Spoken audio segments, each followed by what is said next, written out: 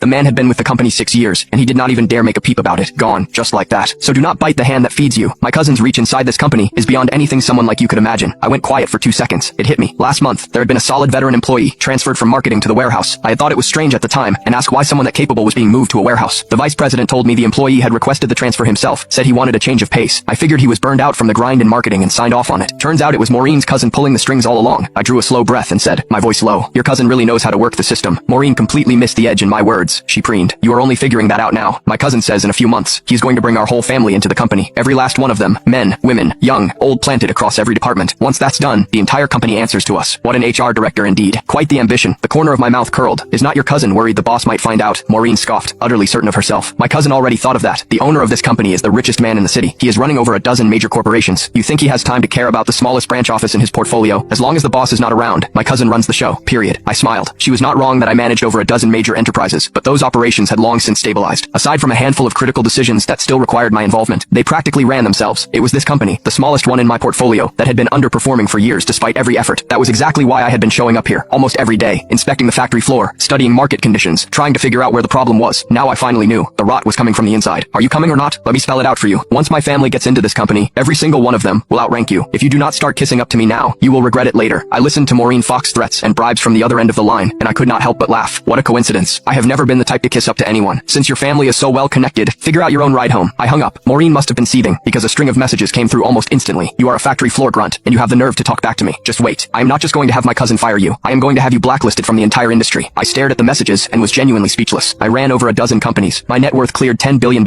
and here I was, being threatened with career destruction by an intern. If word of this ever got out, my friends in the business world would laugh at me for a solid year. But Maureen's arrogance was not what actually concerned me. It was her cousin. A single HR director should not have had that kind of reach, which meant the rot inside the company had already spread to the upper ranks. With that thought, I sent a message to Vice President Gallagher. Send out a notice. Tomorrow morning at 9, I am holding a company-wide meeting. ALL employees must attend. No exceptions, no leave requests. The message barely went through before Desmond replied, Understood, Mr. Henson. The next morning, I drove to the office as usual. The moment I stepped out of my car, I spotted Maureen standing at the front gate with her arms crossed over her chest. Next to her stood a man in his early 30s, sharply dressed in a tailored suit, radiating the kind of smugness that came from unchecked authority. I glanced at his name badge, Rupert McLean, HR Director. The second Maureen saw me, she darted forward to block my path and turned to him. That's him, Rupert. That's the one. Rupert looked me up and down with the slow, deliberate appraisal of a man who believed he held all the cards. So you are the factory worker who disrespected my cousin, who hired you in the first place. I do not recall ever seeing your face. To avoid the tedious formalities that came with my position, I always kept a low profile at the branch office. Plain clothes, no entourage, and the cheapest car in my garage. Only the core executives knew who I really was. An HR director did not come close to qualifying. When Rupert said he had never seen me before, Maureen's eyes lit up like she had just stumbled onto the find of a lifetime. Rupert. Even you do not recognize him, then he definitely got in through the back door. Fire him. Right now. Rupert let out